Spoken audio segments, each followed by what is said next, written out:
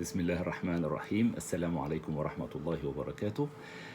احنا اتكلمنا في الحلقات اللي فاتت عن العلاج الكورونا في الحلقات الثالثة الأولى والثانية والثالثة، عن المراحل الأولى، الأعراض الخفيفة والأعراض المتوسطة والأعراض الشديدة. وزي ما وعدتكم في آخر فيديو، دي الحلقة الرابعة اللي إن شاء الله هنتكلم فيها عن العلاج الأكسجين في الحالات الحادة عامة، حاجة اسمها acute hypoxemic respiratory failure، حالات فشل التنفس المصاحبة بنقص شديد في نسبة الأكسجين.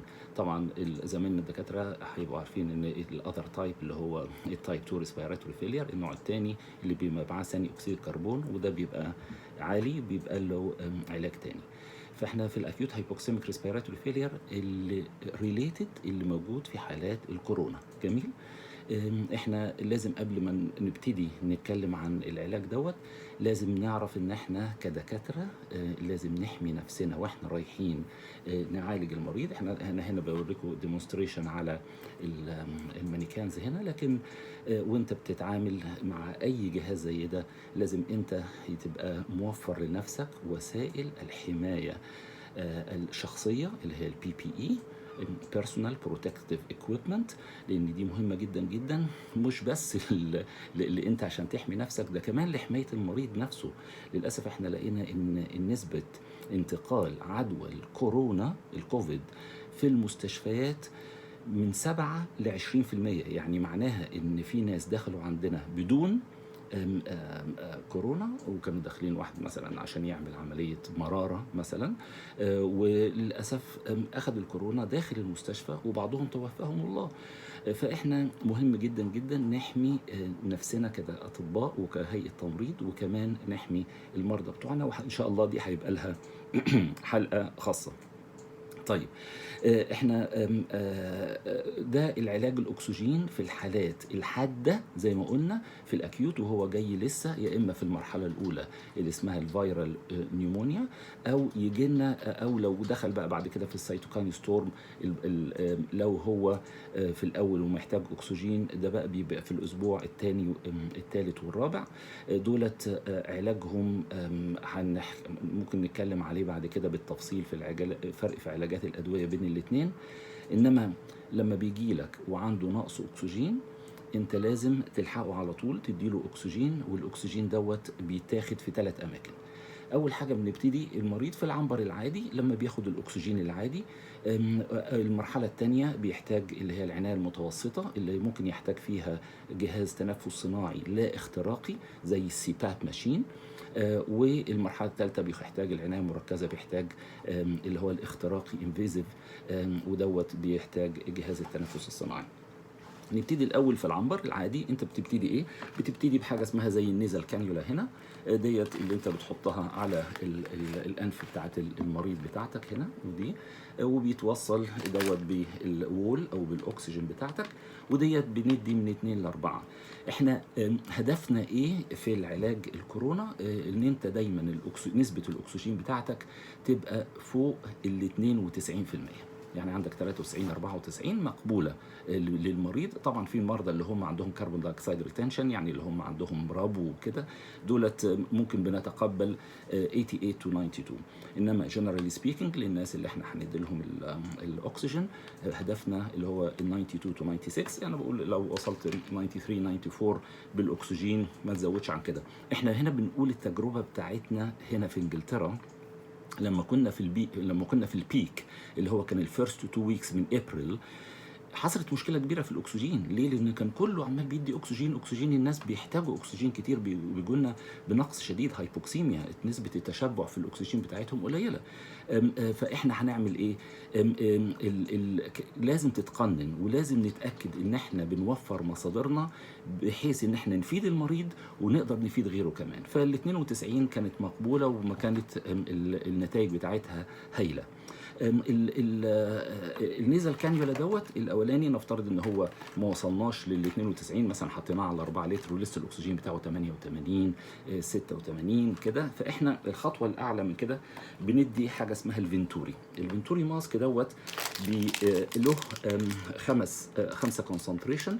ده الاولاني اللي هو 2 لترز وده يعني 24%. وبعدين دوت اللي هو ال 4 لترز يعني 28%.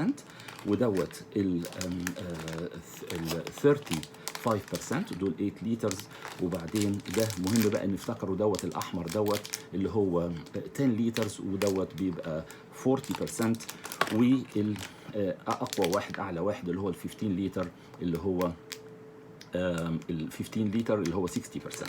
طيب احنا قلنا هنفضل نمشي كده بالتدرج مع الفنتوري ماسك لغايه ما نوصل لدوت للاحمر اللي هو 40%.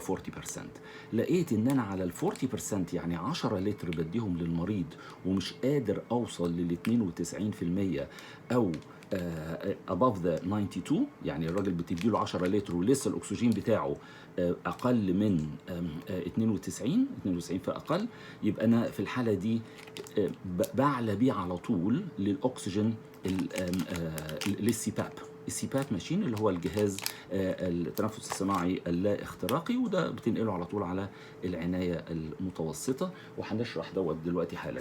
لكن خلي بالك ان انت المريض برضو عشان ما تلخبطش بين انواع، ده الماسك العادي اللي هو ده التوصيل اللي هو الفنتوري، دوت الماسك العادي اللي هو بيتوصل، ودوت انا ما بستخدموش لان هو ما بيدينيش قراءه دقيقه زي الفنتوري ماسك اللي هو دوت اللي بتدي من خلال دوت. في الفتره اللي افترض انت على بال ما تجهز السي باب والمريض بتاعك عايز تعرف هعمل ايه معاه، يبقى انت لازم بتدي له عشان ونسبه الاكسجين بتاعته واطيه بتدي له اللي هو النون ريبريذنج بالريزرفوار دوت اللي عندك لغايه 15 لتر لغايه ما تجهز السي باب ماشين. نبص على السي باب ماشين دوت، ممكن هنا فول فيس ماسك ما بنستخدموش، مهم قوي اللي هو ده اسمه الهول فيس وده الفول فيس. الفول فيس هنا المريض زي ما انت شايف هنا بيبقى في محكم حوالين الوجه. هنا دوت اسمه الثيرابيوتيك فالف. الثيرابيوتيك فالف لازم يكون متوصل بفلتر عشان ما يحصلش الريسول جنريتنج بروسيدير، عشان انت حميت نفسك كطبيب وحميت المرضى الاخرين. وبعدين وده الجهاز اللي هو بيتوصل بالحيطه اللي هو الوول بتاع مصدر الاكسجين، وله هنا حاجه اسمها سيفتي فالف دوت انا بظبطه الاكسجين هنا، وبرده شايفين هنا له لازم فلتر تاني. الاكسجين هنا ببتدي ب 60% واكسجين، وبنشوفه ازاي من خلال الانالايزر دوت. بالانالايزر بتشوف انت نسبه الاكسجين بتاعتك 60%، والفالف للمريض اللي على وجه المريض هنا ده الفالف بيبقى 10، يبقى هنا 10 سم وهنا 60%، دي بتبتدي على طول للمريض بتاعك. والحمد لله احنا بفضل الله كانت النتائج رائعه، ان احنا الحمد لله في 60% من المرضى بتوعنا we managed to prevent، ما احتاجناش ان هم يخشوا يعملوا invasive ventilation، ودي كانت نتيجه كويسه. وحتى الناس اللي هم استفادوا من هذا العلاج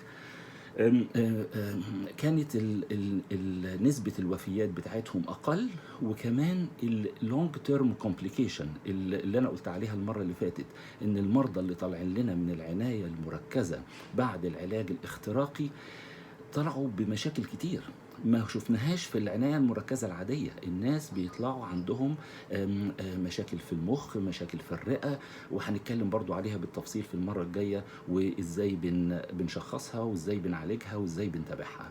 أشوفكم إن شاء الله الحلقة القادمة، والسلام عليكم ورحمة الله وبركاته.